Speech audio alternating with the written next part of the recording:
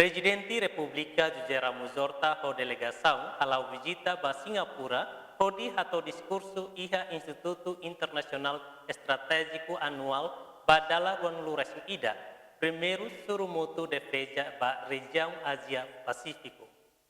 Presidente da República José Ramos Horta ho delegação toia Singapura e a terça e a tukuhitu kalan ora Singapura o avião aerodili.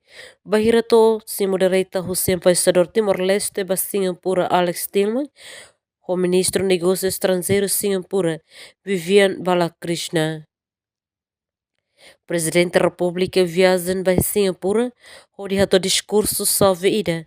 E o Instituto Internacional Estratégico Anual badala Ronul Racing ida, primeiro sormuto defesa da região Ásia-Pacífico. Se participamos diálogo Sahari-lá, saindo dar pilar importante ida ba diplomacia defesa regional, hahukedas e tinang rihung rorua no diálogo Sahari-lá ne, saimos fórum segurança nebe importante liu e a Ásia, no saindo dar plataforma importante ida.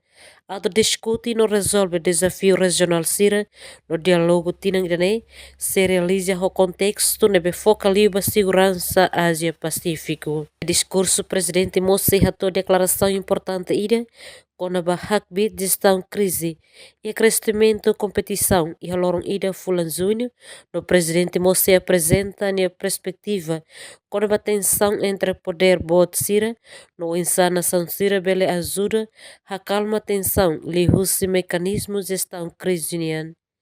Diálogo Sahari-lá deve organizar o Instituto Internacional de Estudo Estratégico sai na fórum permanente para discussão quando o assunto será segurança e a região Ásia-Pacífico.